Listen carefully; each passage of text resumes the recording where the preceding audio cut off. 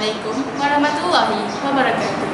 Beberapa hari lagi bulan Ramadan akan berakhir. Ramadan merupakan bulan yang mulia dan berkah. Bulan yang dikurniakan beribu kali ganda ibadah yang tidak terdapat pada bulan-bulan lain. Pada hari ini, 24 Mac 2025 bersamaan 23 Ramadan telah diadakan Majlis Kata Al-Quran dan berbuka puasa peringkat sekolah anjuran PIBG dan Panitia Pendidikan Islam. Saya, Nur Alia Maisarah dari Kabarus TV akan bersama-sama dengan anda dalam episod kali ini. خليد بالقرآن هو إمامنا على هداية الله آمتنا خليد بالقرآن هو إمامنا على هداية الله آمتنا. Majlis Kata Al-Quran diadakan di Dewan Kabarus. Majlis bermula seawal jam 6 petang. رفعنا لك ذكرك فإن مع العسر يسرا. Seramai 83 orang murid telah terlibat dalam majlis ini. الرحمن الرحيم والتين والزيتون وابن الإنسان في أحسن Tuan Haji Ahmad Syukri bin Buang, Penolong Pegawai Pendidikan Daerah, Unit Pendidikan Islam, Sektor Pembelajaran PPD Kuala Terengganu turut sama hadir.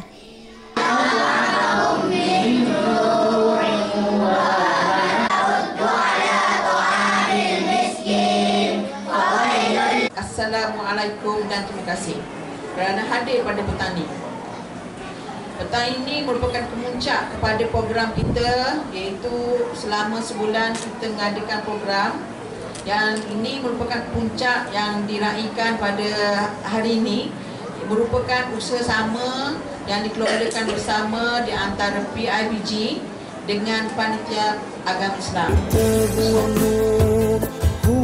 تنزيل والروح هو الكلام والذكر والشفاء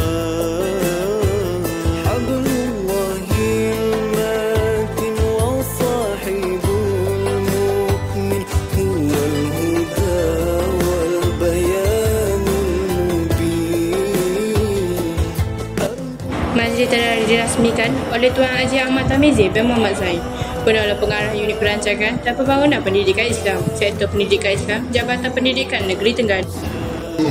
Dan kita mengharapkan program seperti ini diadakan pada setiap tahun untuk kata orang itu menjalin hubungan silaturahim antara PIBG dengan pihak sekolah.